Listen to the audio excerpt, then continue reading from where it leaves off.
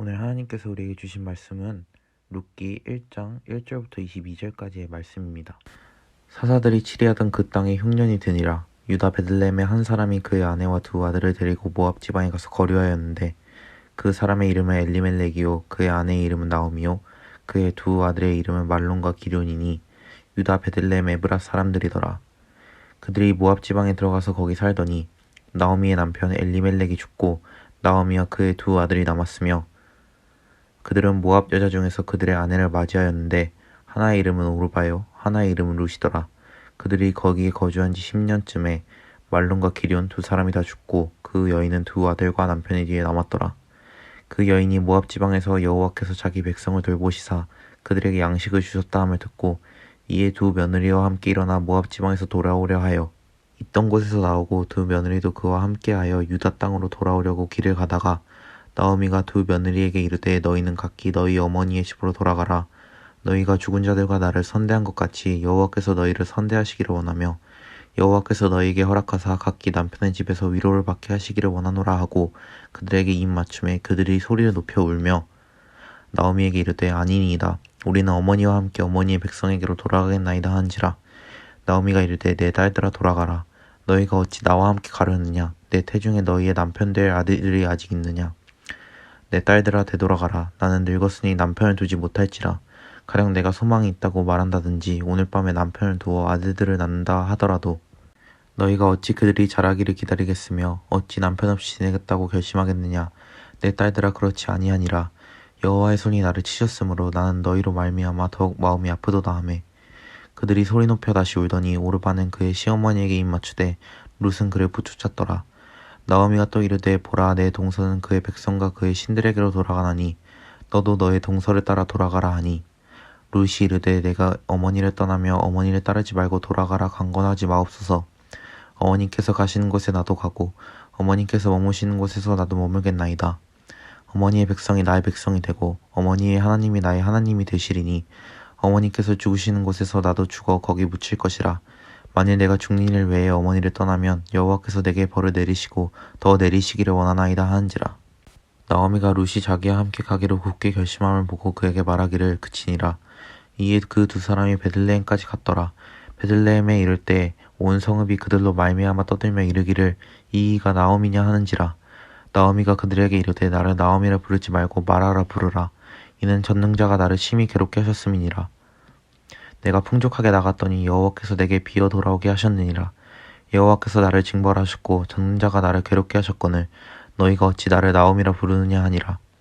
나오미가 모압 지방에서 그의 며느리 룻과 함께 돌아왔는데 그들이 보리 추수 시작할 때에 베들레헴에 이르렀더라. 아멘. 창세기에서 요한계시록까지 성경 66권 중에서 여성의 이름이 책 제목이 되어 있는 것은 몇 권일까요? 카운트가 되십니까? 네, 2권 맞습니다. 뭐가 무엇입니까? 네, 에스더와 룻기입니다. 그런데 에스더서보다도 룻기가 더 대단한 것은 에스더는 이스라엘 여성인데 룻기는 이스라엘 여성이 아니라 이방 여인 모압의 사람이었다는 겁니다. 모압이 어떤 곳입니까? 창세기 19장에 보면 소돔과 고모라의 심판 이후에 그 완전히 불로 멸망하고 난 뒤에 아브라함의 조카 롯이 두 딸들과 더불어 가서 동굴에서 생활하게 됩니다. 그때 이 두 딸들이 아버지에게 술을 먹여가지고 정신을 혼미하게 만들어서 아버지와 잠자리를 같이 하고 난 뒤에 아들을 낳게 됩니다. 그 첫 딸이 낳았던 아들 이름이 모압이고 모압 조상의 모압 자손들의 조상이 되었고 둘째 딸이 낳았던 그 아들이 누구의 조상이 되었냐 하면 암몬 족속의 조상이 되었습니다. 그러니까 이런 혈연 관계에 있었기 때문에 하나님께서는 출애굽했을 때에 모세로 하여금 이 모압과 함께 전쟁하지 마라. 그들을 건드리지 말라라고 이렇게 배려하셨습니다. 근데 그럼에도 불구하고 모압과 암몬은 여호와의 총회에 그 그룹 안에 들이지 말도록 율법책에 그렇게 명령을 해 두셨습니다. 그러니까 이렇다 보니까 이런 모압 사람의 그것도 모압 여인의 이름을 여기다 덜컥 넣어가지고 이스라엘 사람들이 가장 존경하는 왕의 이름인 다윗의 조상이 되었다라고 그렇게 밝히고 있고, 뿐만 아니라 성경 제목으로 이 여인의 이름을 이렇게 기록하고 있다는 것은 가히 놀라지 않을 일이 아닐 수 없습니다. 오늘부터 총 4주 동안 룻기를 살펴보려 합니다. 6년 동안 진행했던 요한복음하고는 좀 진행 방식을 다르게 하려고 합니다. 너무 꼼꼼하게 살펴봤던 요한복음과는 달리 룻기는 한 장씩 이렇게 읽고 그것들을 전체적으로 조명하고 난 뒤에 주요 부분들을 살펴보려고 합니다. 안타깝게도 여러분들이 보시기에는 설교 시간이 왜 이렇게 길어 하고 생각되실 정도로 길어질 수가 있습니다. 그런데 그럼에도 불구하고 예전처럼 꼼꼼하게 살펴보기는 좀 어렵습니다. 그러다 보니 저거 궁금한데 하는 부분이 생길 수 있습니다. 그런 부분은 교회 단체 톡방이나 아니면 이메일로 보내주시면 제가 설명을 드리거나 함께 찾아가 보도록 하겠습니다. 룻기는 서론, 본론, 결론이라는 아주 간결한 이야기 구조를 가지고 있습니다. 그리고 본론 안에는 5개의 이야기를 내포하고 있습니다. 그러니까 총 7개라고 보시면 되겠죠. 이 부분을 조금 더 설명을 드리자면 서론 부분은 1장 1절에서 5절 부분입니다. 나오미의 상실입니다. 본론은 제가 몇 가지라고 말씀드렸습니까? 안에 5가지를 포함하고 있다고 말씀을 드렸죠. 그 본론의 첫 번째 부분은 1장 6절에서 18절입니다. 이제 모압 땅을 떠나기로 하는 겁니다. 그리고 모압 땅을 떠나니까 1장 19절에서 22절 베들레헴에 도착을 합니다. 그리고 2장 1절에서 23절 보아스라는 사람이 등장을 합니다. 3장 1절에서 18절 룻의 이내, 헤세드라는 단어가 굉장히 중요합니다. 이내. 이 부분이 이제 등장을 합니다. 그리고 4장 1절에서 12절 보아스의 이내 헤세드가 등장을 합니다. 그리고 마지막으로 결론 부분인 4장 13절에서 22절 나오미가 회복되는 장면, 이것으로 룻기가 끝나게 되겠습니다. 룻기는 총 85절로 구성되어 있습니다. 굉장히 짧죠, 그죠? 85절로 구성되어 있는데 그 중에서 무려 45절이 대화체로 구성되어 있습니다. 대화체로 구성되어 있다는 거, 이건 뭔 말입니까? 서로 대화한다는 겁니다. 주거니 받거니 말한다는 겁니다. 이걸 보니까 뭐가 생각나십니까? 연극이 생각나시죠? 그러니까 희극적 이 성분이 구성이 굉장히 많이 되어 있는 겁니다. 그러다 보니까 이렇게 소극장에서 모여가지고 마치 생생한 배우들의 표정과 연극을 보는 것 같은 그런 느낌이 룻기서를 보면서 들 수 있다는 겁니다. 룻기는 불과 4장밖에 되지 않지만 간략하고 평이하게 보이지만 그러나 겉으로 보는 것과 달리 아주 깊은 신학적 의미가 포함되어 있습니다. 그래서 어떤 신학자는 이 네덜란드 신학자였는데요. 이 신학자는 룻기서를 이렇게 이야기했습니다. 사사기라는 것과 사무엘서라는 딱딱한 조개 껍질 이 두 속에 들어있는 작은 진주와 같다. 반짝반짝 빛나는 그런 진주와 같다. 이렇게 표현을 했습니다. 또 다른 어떤 신학자는 룻기를 음악에 견주어서 이렇게 표현했습니다. 장엄한 오케스트라가 다 끝나고 21장이나 되는 그 사사기라는 장엄한 오케스트라, 업앤다운이 있지 않습니까? 있는 그 오케스트라가 끝나고 난 뒤에 마치 아주 서정적인 음악이 흐르는 실내악 같은 그런 느낌이 든다. 이렇게 표현을 했습니다. 그런데 저는 룻기서를 이렇게 표현하고 싶습니다. 실내악 같은 교향곡이라고요. 마치 시벨리우스의 6번 교향곡 보면 그 5번하고는 전혀 다르게 6번 보면은 그러니까 악기 구성을 최소한 간략하게 합니다. 그러니까 관도 줄이고, 그리고 난 뒤에 겨우 튜바 같은 것도 없고 베이스 클라리넷 같은 것 정도를 그냥 이렇게 넣어가지고 진행을 시켜갑니다. 진행을 시켜가는데 이런 부분들이 느껴진다는 거죠. 아주 단촐한 오케스트라 같은. 근데 왜 실내악이라고 그러지 않고 오케스트라고 표현하느냐. 그거는 실내악으로 표현하기 어려운 오케스트라의 그런 중후함을 가지고 있다는 겁니다. 그럼 어떤 것이 그러냐? 룻기서가 가진 묵직한 신학 때문이라는 거죠. 언뜻 보면 제가 소설의 형식을 가진 이런 부분이라고 말씀을 드렸는데 그럼에도 불구하고 이 안에는 윤리적인 것들을 훨씬 뛰어넘는 것이 있거든요. 마치 음악으로 또 제가 표현하자면 바흐의 신학적인 그런 느낌이 드는 이런 음악들, 그거와 더불어서 오케스트라가 쭉 묵직하게 흐르는 것 같은 그런 느낌. 불안과 분노의 급류를 지나가지고 뭔가 알 수 없는 미지의 공포의 숲으로 들어가는 것 같습니다. 그러니까 여기서 겪었던 그 아픔을 이제 건너가지고 좀 해결하고 싶다고 가는데 그곳에서 어떤 일이 펼쳐질지를 모르는 겁니다. 그런데 그곳에서부터 평화와 고요와 숭고함을 만나는 것 같은 그런 음악들, 이런 것들, 이런 교향곡 같지 않은 교향곡을 루키가 연주하고 있다는 거죠. 그 묵직한 세 가지의 신학을 말씀드리자면 첫째, 예수 그리스도의 구속사입니다. 사랑하는 이들을 다 잃었습니다. 모든 것을 상실했습니다. 그 사람들이 보아스라는 한 사람을 만나서 회복이 됩니다. 이게 바로 예수 그리스도를 통해서 사람이 인생이 바뀌어지고 회복되어가는 그런 모형론적인 부분들을 묘사하고 있습니다. 더군다나 당시 구원의 그 범주 바깥에 있던 한 여인이 그 예수 그리스도 신앙, 하나님 여호와 신앙 안에서 새롭게 되어가는 것이죠. 그리고 뿐만 아니라 새롭게 되는 것뿐만 아니라 예수 그리스도가 이 땅 가운데 오게 하는 그 혈통에 중요한 역할을 하게 된다는 거죠. 이건 과히 충격적이고 파격적인 하나님의 은혜가 아닐 수 없다는 거죠. 두 번째로는 하나님의 주권입니다.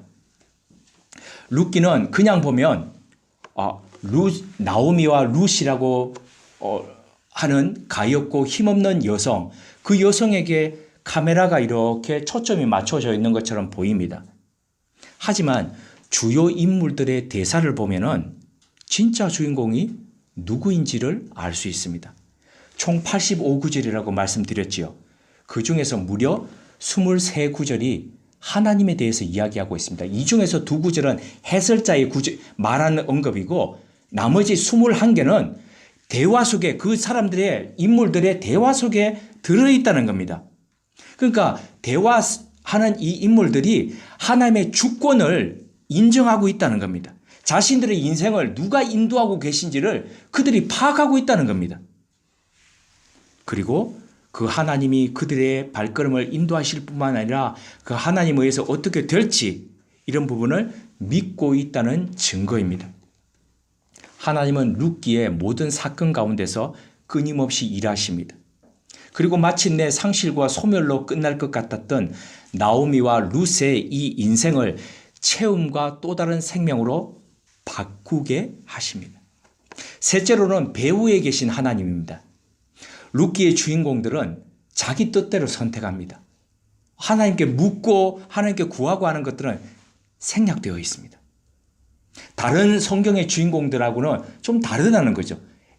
같은 여성의 이름으로 되어 있는 에스더스만 하더라도 어떻습니까? 금식하라 그러죠. 그리고 나도 금식하면서 기도할 테니까 모든 백성으로 그렇게 금식하면서 왜요? 하나님께 묻고 하나님의 마음을 얻기 위해서. 그런데 여기는 그런 게 생략되어 있습니다. 하나님의 임재나 인도하시는 손길은 그 어떤 성경보다도 감춰져 있다는 의미입니다. 룻기에서 직접적인 하나님의 인도는 2번밖에 없습니다. 그 언급은 이는 하나님의 역할이 없다기보다는 배후에서 하나님께서 소리 없이 일하고 계신다는 것을 의미합니다. 하지만 독자는 누가 보더라도 하나님이 하신 일임을 알 수 있습니다. 룻기는 이런 미묘한 것을 통해서 평범한 사람들 속에 하나님께서 어떻게 지속적으로 일하고 계신지 그것에 대해서 보여주고 있습니다.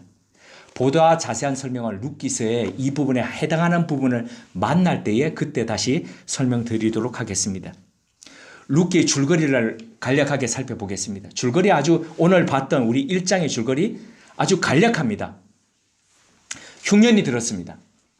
베들레헴 땅에도 흉년이 왔죠. 그러자 이 베들레헴 사람 엘리멜렉이 아내와 2 아들을 데리고 요단강 건너에 모압 지방으로 잠시 피난을 가려고 합니다. 그곳에서 살 생각은 없었습니다. 우거한다 이 말은 그냥 잠시 머물겠다는 의미였습니다. 그런데 그런 본래의 뜻과는 달리 변수가 생겼습니다. 어떤 변수였습니까? 갑자기 가장 엘리멜렉이 사망하게 되었습니다. 이렇게 사망을 하자, 남편이 덜컥 사망을 하자 이 부인은 다시 고향으로 돌아가야 되겠다 이런 생각을 하기보다는 이곳에서 보다 안정적인 삶을 살기 위해서 어떻게 해야 될까? 두 아들을 빨리 혼인시켜야 되겠다. 그곳에서 유대 여인들이 있습니까? 없습니다. 그러다 보니 모압 여인들 중에서 괜찮은 만한 그 소녀들과 더불어서 얼른 혼인을 시켰습니다.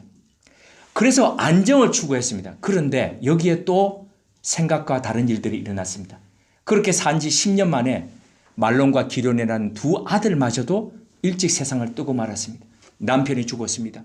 두 아들마저 죽었습니다. 그러니 그곳에서 살 수 있습니까? 더 이상 소망이 없습니다. 기댈 곳이 없습니다. 그러니까 어떻습니까? 고향으로 돌아가야 되겠다. 이렇게 결정을 하게 되는 겁니다. 그리고 고향으로 돌아가겠다고 결정하고 난 뒤에 이 두 며느리가 시어머니를 따라 나서는 겁니다. 그런데 시어머니는 이 두 며느리에게 이렇게 얘기합니다. 나 따라와봤자 니들에게 희망이 없다. 그러니까 니들은 젊지 않냐? 남편 없이 그렇게 이 세상을 살아간다는 게 얼마나 힘이 들겠냐? 니들은 돌아가서 너희들의 어머니 집으로 돌아가서 새롭게 재가해서 새 삶을 살아라. 그게 니들 인생의 희망이 된다. 소망이 된다. 그러자 울면서 두 며느리가 다 울면서 버티지만 한 며느리는 시어머니의 말을 듣고 자기 어머니의 집으로 돌아갑니다. 그러나 다른 한 며느리는 끝끝내 시어머니의 뒤를 따라서 시어머니의 고향인 베들레헴으로 돌아오게 됩니다. 자, 이 부분을 줄거리인데 그럼 룻기스가 앞부분에 나누었던 대로 1장의 주요한 단락별로 우리 한번 살펴보도록 하겠습니다. 아직도 한참 남았어 이런 생각이 드시죠? 네, 호흡을 좀 가다듬으시면서 예전보다는 좀 더 긴 거리를 이렇게 거니신다 생각하시고 그렇게 가시도록 하겠습니다. 서론 부분이 룻기 1장 1절에서 5절이라고 말씀을 드렸지요. 나오미의 상실입니다. 그 첫 부분은 이렇게 시작합니다. 사사들이 치리하던 때에. 사사들이 치리하던 때라는 것은 어떤 때를 가리킵니까? 사사기입니다. 그죠?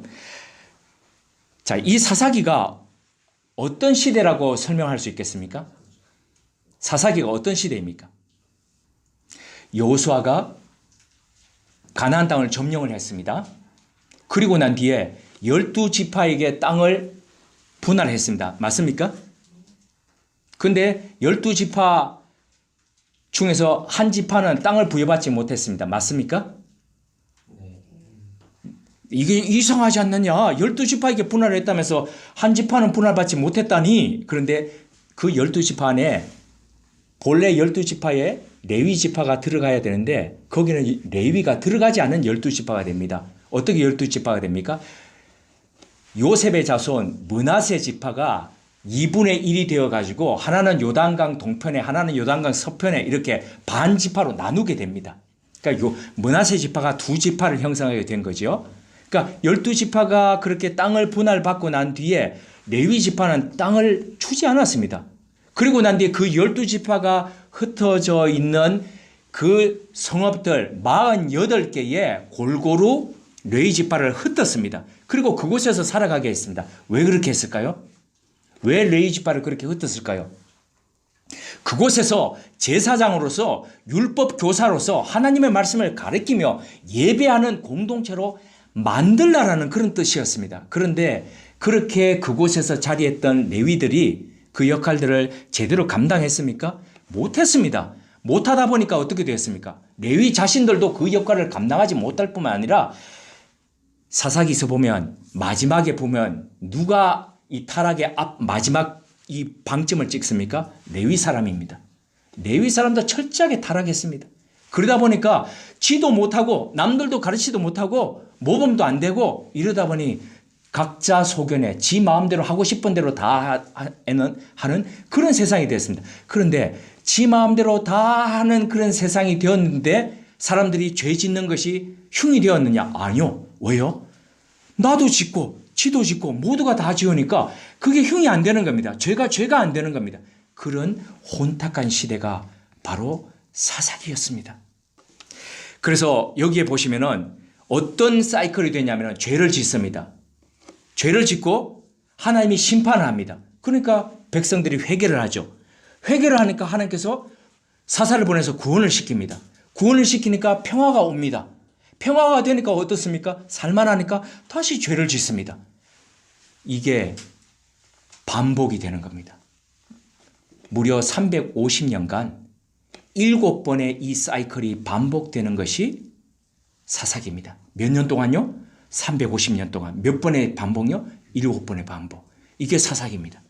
자, 이런 시대에 각자 소견에 이렇게 옳은 대로 자기 마음대로 살아가던 이때에 룻기가 지금 나오고 있는 겁니다. 그런데 룻이 다윗하고는 어떤 관계가 됩니까? 나중에 보시면. 다윗의 누구와 어떤 관계입니까? 룻이 증조모입니다. 증조모. 할아버지, 할머니 그 위에 이렇게 되는 겁니다. 이것을 고려하면 다윗이 철기 시대가 시작되던 기원전 1000년경에 살았던 사람인데 그러면 증조모라고 생각을 하면은 어떻게 되냐면은 기원전 1100년에서 1200년 사이에 살았던 인물이 바로 룻이라고 보시면 되겠습니다. 그 당시에 베들레헴이 흉년이 되었습니다. 그런데 룻기서를 보시면 사사기 때의 흉년을 보면 이건 단순한 자연적인 현상이 아니었습니다. 어떤 현상이요? 여호와께서 심판하시는 것. 여호와께서 징벌하시는 것이 바로 흉년이었습니다. 그러면 이런 흉년이 올 때에 어떻게 했어야 됩니까? 엎드렸어야죠. 하나님께 물었어야죠. 회개했어야죠. 그런데 여기에서는 그렇게 했다라는 아무런 증거가 없습니다. 어떻게 했습니까?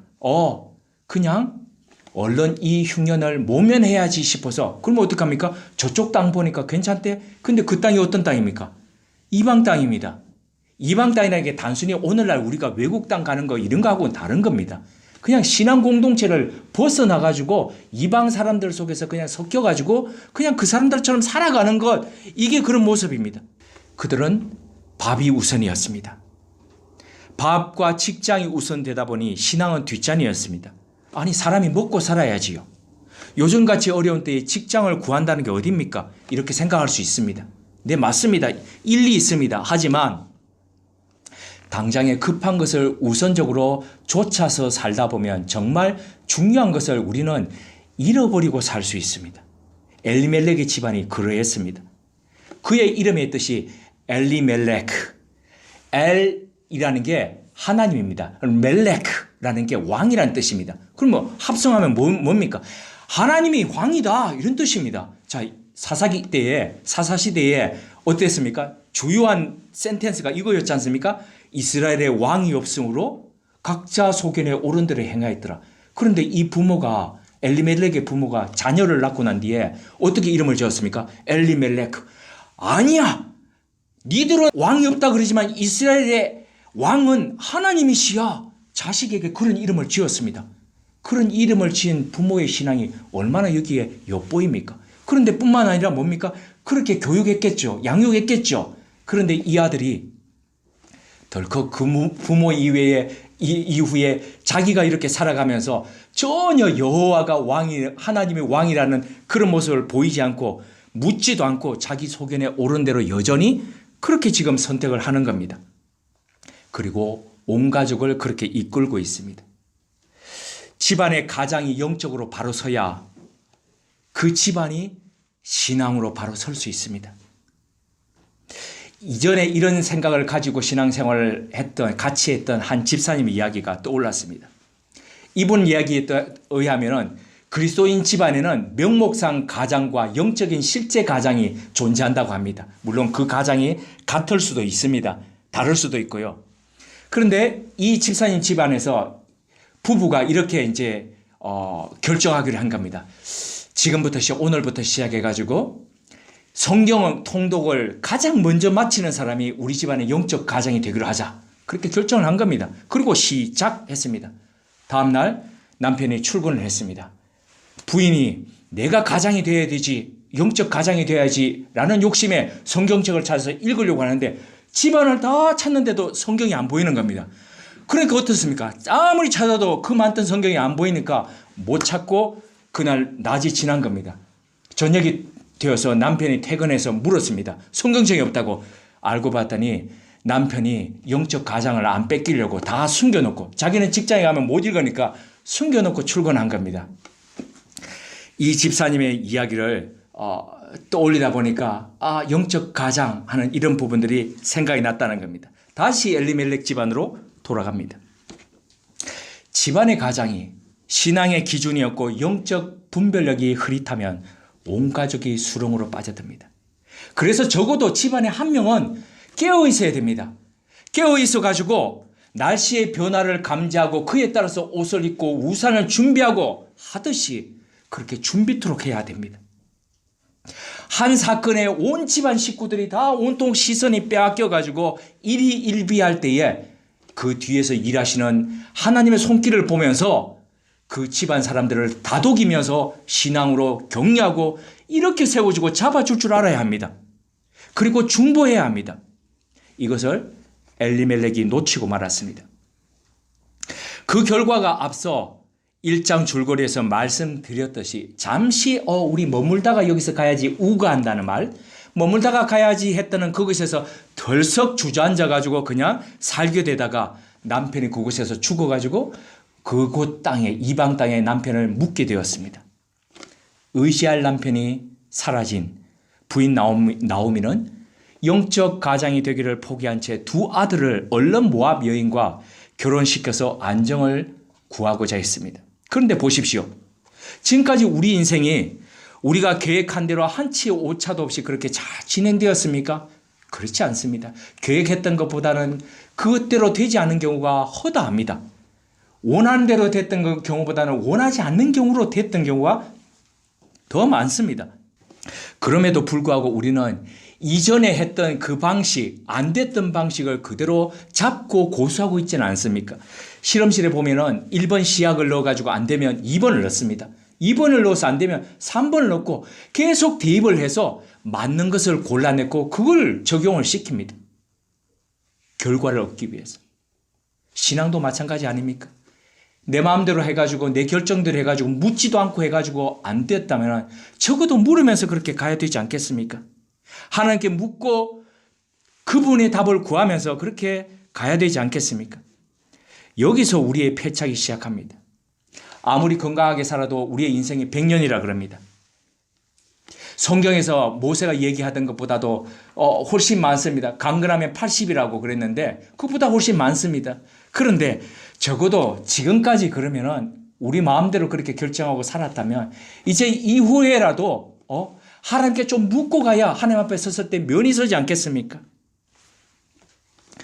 룻기의 서문인 룻기 1장 1절에서 5절을 보면 3절과 5절에 죽고라는 동사에 마음이 갑니다. 남편을 먼저 보내고 두 아들마저도 먼저 보낸 여인의 아픔이 조금이나마 전해옵니다. 하지만 중요한 단어는 죽고가 아닙니다. 죽다라는 동사 뒤에 이어진 남았더라는 동사입니다. 남편이 죽고 누가 남았습니까? 두 아들이 남았습니다. 두 아들이 죽고 누가 남았습니까? 나오미와 두 며느리가 남았습니다. 한 며느리가 떠났습니다. 그런데 누가 남았습니까? 내 곁에 다른 한 며느리가 남았습니다. 하나님의 역사는 바로 이 남은 사람을 통해서 남은 것을 통해서 역사하신다는 거죠. 남편과 두 아들이 죽고 모든 인생이 다 끝난 것 같았지만 하나님은 그 남은 것을 통해서 남은 사람을 통해서 나오미의 인생에 역사하셨습니다. 내 인생은 마라의 쓴물 같다. 마라는 뜻이 쓰다는 것 아닙니까? 출애굽하다가 만났던 그 쓴물. 내 인생은 쓴물같이 이제 다 끝났어요. 완전히 희망이 없어요. 그런데 하나님은 그 쓴물 같은 인생을 어떻게 해요? 막대기를 나무를 던져가지고 단물로 바꾸셨듯이 그리스도의 십자가를 통해서 그렇게 바꾸어 가시더라는 거죠. 하나님은 이렇게 남은 것을 통해서 전과는 비교할 수 없는 기쁨의 삶으로 바꾸신다는 겁니다. 하나님께서 모세를 만나셨을 때에 호렙산에서 모세에게 뭐라고 물으셨냐면 이렇게 물으셨습니다. 내 손에 든 것이 무엇이냐? 너의 손에 지금 잡고 있는 네 손 안에 있는 게 뭐냐? 엘리사가 선지생도의 부인이 남편을 먼저 보내고 난 뒤에 집은 완전히 저당 잡히고 더 이상 갚을 것이 없으니까 빚쟁이들이 네 아들들 내놔. 그러고 찾아왔을 때에 도저히 내 인생에 이제는 희망이 없습니다. 울면서 그렇게 엎드릴 때에 그 선지생도의 부인에게 이렇게 얘기했습니다. 네 집에 있는 것이 무엇이냐? 하나님은 모세의 손에 신발을 벗은 모세의 손에 들고 있던 지팡이를 통해서 출애굽이라는 그 대단원의 서막을 여셨습니다. 남편을 잃고 온갖 저당 잡혀가지고 빚쟁이들이 지금 아들들을 노예로 잡아가려는 그 앞에서 하나님의 엘리사를 통해서 그 여인의 집에 있는 단 한 병 남은 기름병을 가지고 그 사람의 삶을 윤택하도록 바꾸셨습니다. 상실이 찾아왔습니까? 홀로 된과 막막함과 이런 것들이 겹겹이 나를 둘러싸고 있습니까? 빛이 보이지 않습니까? 그런데 남은 것이 있습니까? 바로 그 남은 것을 통해서 하나님이 일하십니다. 하나님이 그 남은 것 속에서 하나님께서 어둠을 빛으로 바꾸어 가십니다. 하나님은 우리 선배들의 삶 속에서 그렇게 일하셨습니다. 그 남은 것을 부여잡고 하나님의 긍휼하심을 구하면서 하늘의 은혜를 구하는 그 사람들 속에서 하나님은 그렇게 일하셨습니다. 그 하나님은 우리의 삶에서도 그렇게 역사해 가실 겁니다. 나오미는 인생의 심각한 상실과 아픔 앞에서 홀로 남아 희망이 없다고 생각했습니다. 하지만 그런 와중에서도 그녀가 돌아가야 할 곳이 어디인지를 바라보았습니다. 그곳은 바로 그가 떠나왔던 베들레헴이었습니다. 신앙의 그의 고향이자 신앙의 땅이었습니다. 도심에서 줄곧 나고 자란 사람들은요, 이런 감이 없겠지만 시골에서 나고 자란 분들은 아마 제가 지금 드리는 이 말씀이 어떤 것인지를 아마 아실 것 같은데요. 시골에서 나서 자란 사람들이 도심에 가서 성공하죠. 그러면 시골에 와서 살까요? 안 삽니다. 그냥 바깥에서도 잘 살 수 있으니까 안 삽니다. 그런데 고향으로 돌아오는 사람들은 누굴까요? 실패하고 다 떨어먹고 이제 더 이상 기댈 곳이 없는 사람들이 부모님 집으로 돌아옵니다. 제 친구들이 지금 그렇습니다. 시골 땅, 고향에. 선배가 그렇고 사업하다가 다 떨어먹고 이제 뭐 기댈 곳이 없으니까 부모님 집으로 들어오는 겁니다. 들어와가지고 잘할 때는 농사, 나 이거 죽어도 안 해. 이거 왜 해? 제가 어저께 한 4-5평 되는 텃밭을 일궜는데 막 여기에 물집이 벌써 잡히려고 막 이러는 겁니다. 열심히 제가 도마도 하고 길러가지고 나눠드리겠습니다. 상추하고.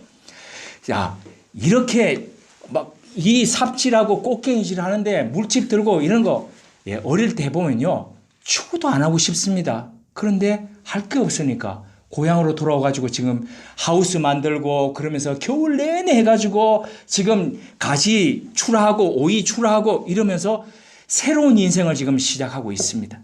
고향으로 돌아가는 것, 이 결심하는 것, 실패한 사람이 마지막 기댈 곳입니다. 나오미가 이제 두 며느리를 축복하면서 니들 가라. 나는 고향으로 가겠다. 이러면서 이제 떠납니다. 근데 13절을 보면 이 며느리들을 향해서 이렇게 얘기합니다. 내 딸들아 라고 부릅니다. 얼마나 며느리들을 정말 자기 몸으로 낳은 자식처럼 그렇게 따뜻하게 그렇게 대하는지 마음이 느껴지지요.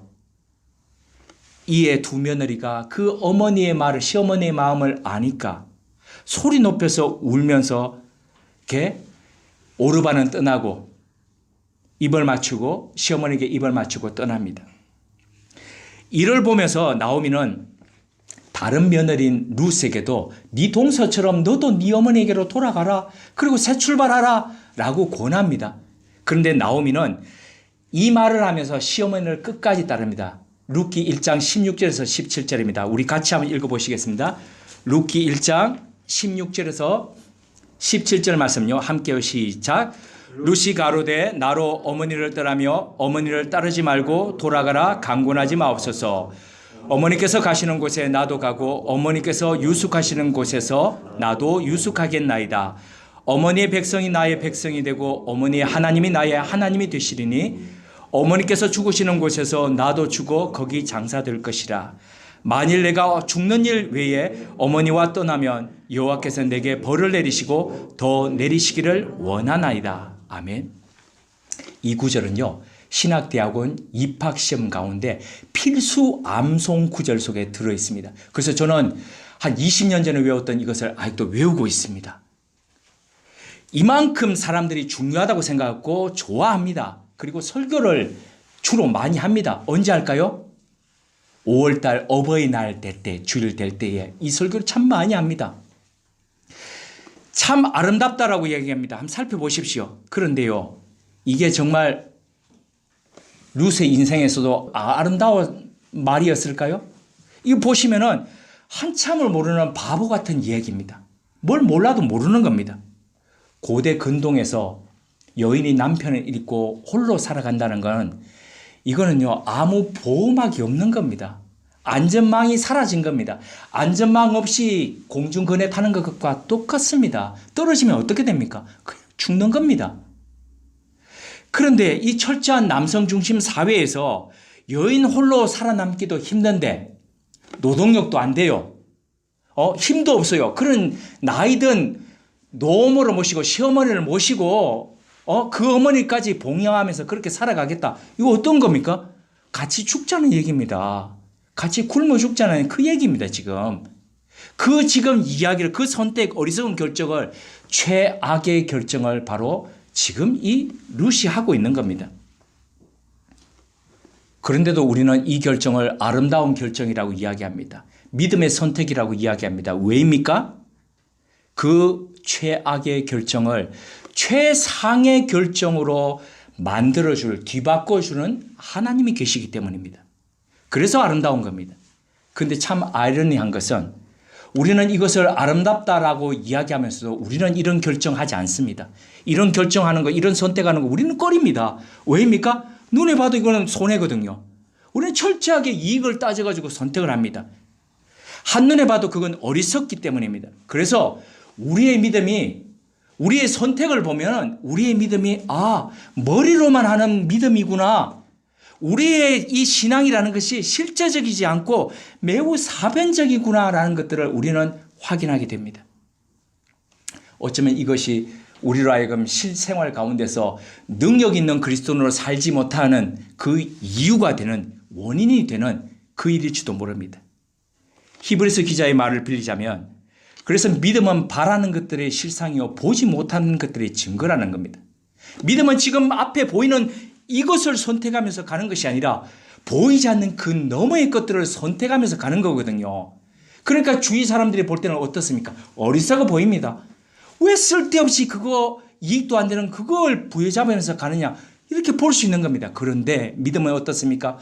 그 너머의 것을 바라보면서 어리석게 결정하고 선택하면서 걷는 겁니다. 그런데 어리석게 봤던 그것이, 보이지 않던 그것이 실제로 우리가 손에 만지는 거, 가지게 되는 거, 이게 믿음이라는 겁니다.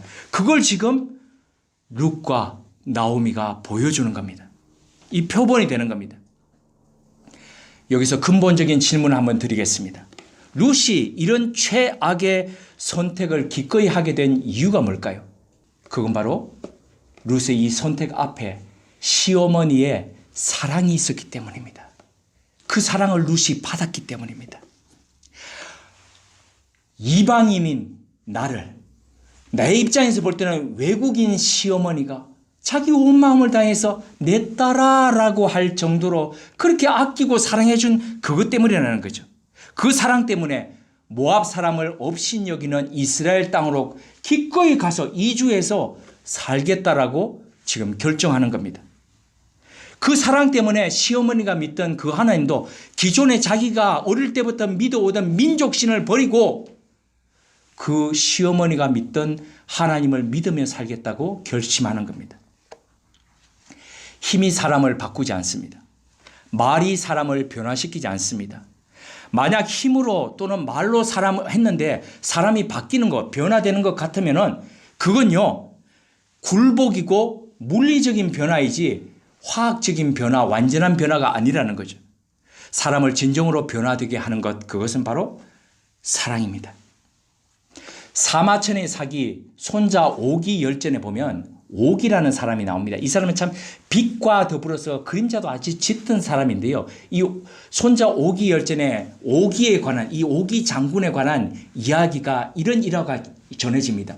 이 오기라는 사람이 병사에서부터 시작해가지고 공을 세워서 장군이 되었습니다. 장군이 되었는데도 여전히 병사들과 똑같이 옷을 입고 똑같이 행동합니다. 먹는 것도 똑같이 합니다. 잠자리도 장수들은 군막에다가 좋게 해서 깔아주는데 그거 하지 말라 그러고 똑같이 그냥 힘든 그 길바닥에 병사들과 똑같이 잡니다. 자기 양식도 자기가 메고 그렇게 갑니다. 걸어갑니다. 말도 타지 않습니다.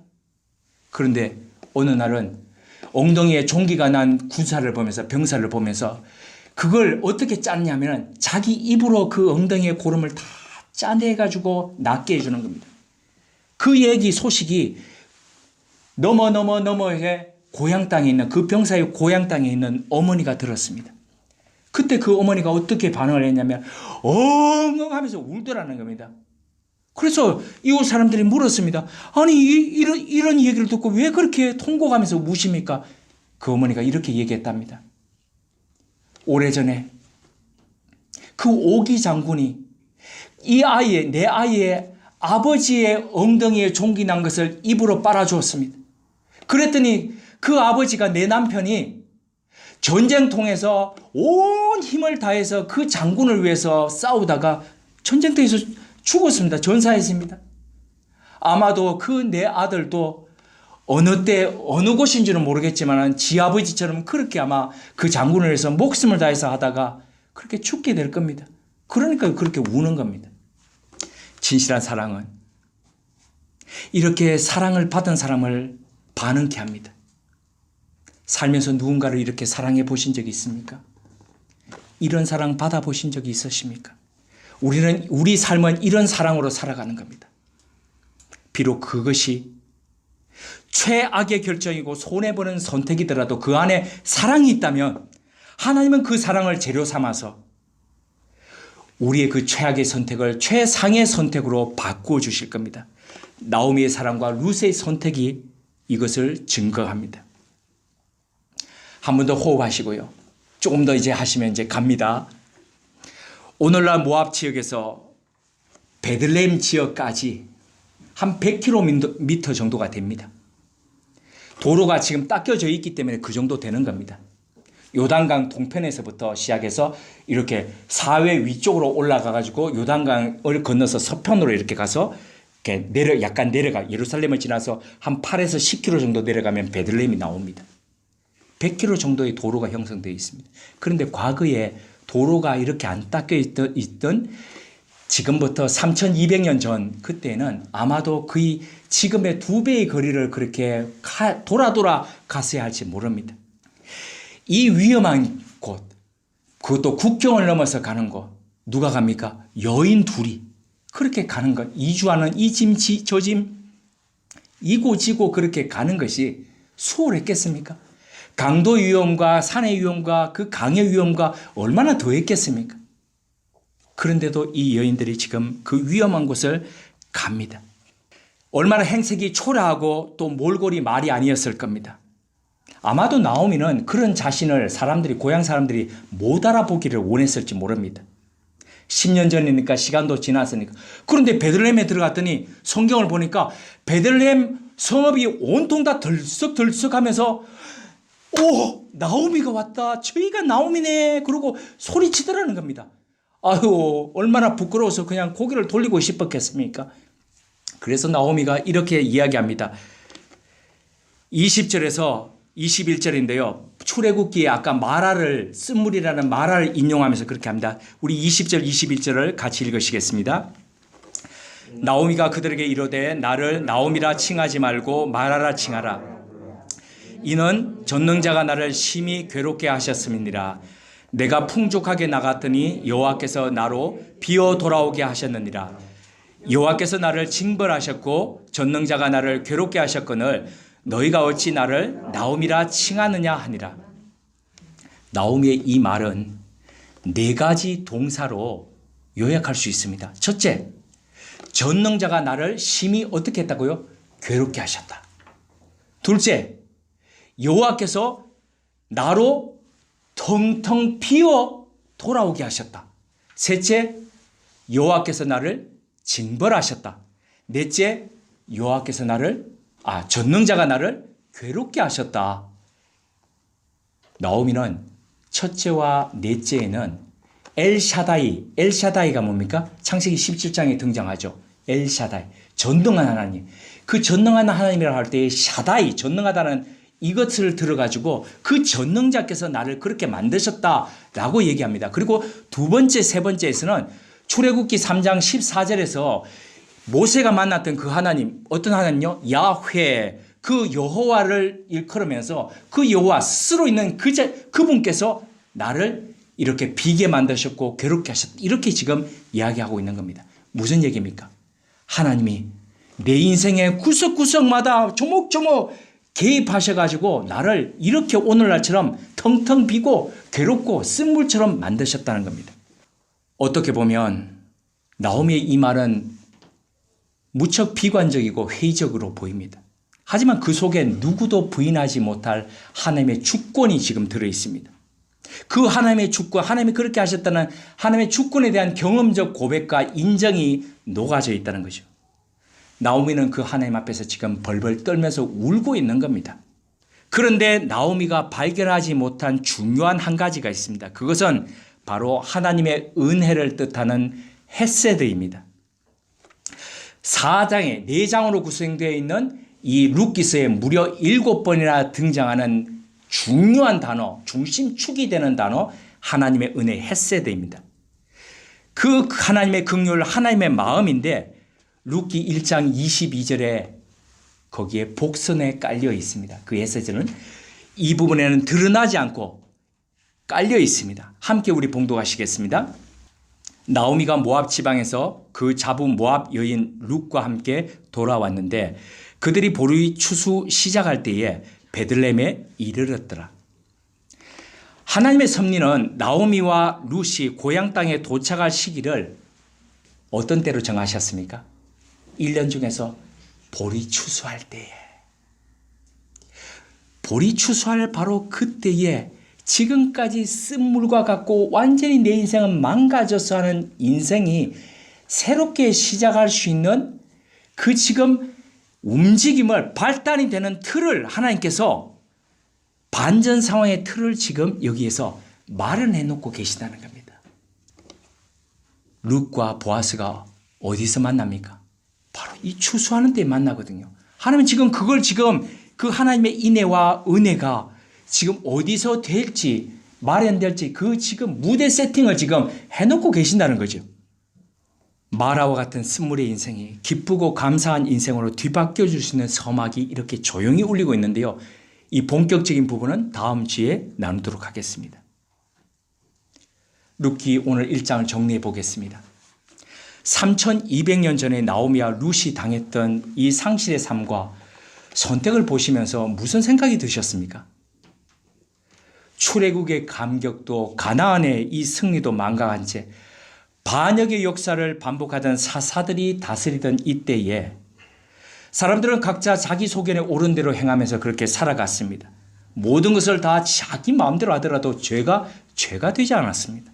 다들 그렇게 사니 부끄러워하지도 않는 타락과 혼돈의 시대였습니다. 하지만 하나님은 그때도 일하셨습니다. 자기 마음대로 살아가던 사람들을 통해서 일하신 것이 아니라 기가 막힌 상실과 아픔 속에서도 하나님의 주권을 인정하면서 그렇게 하나님의 손길을 바라면서 살아가던 가여운 두 여인을 통해서 하나님의 구속의 역사는 이루어지고 있었습니다. 오늘도 하나님의 주권을 인정하면서 거기에 기대는 사람을 통해서 하나님의 역사를 만들어 가십니다. 우리는 오늘도 죽고라는 이런 아픈 상황에 우리의 온 정신을 빠뜨립니다. 오늘도 내게 일어나는 상실과 아픔에 우리는 온통 내 마음을 다 상실해 버립니다. 하지만 하나님은 네 손에 든 것이 무엇이냐, 네 집에 있는 것이 무엇이냐 하는 지팡이와 하나 남은 그 기름병에 초점을 맞추십니다.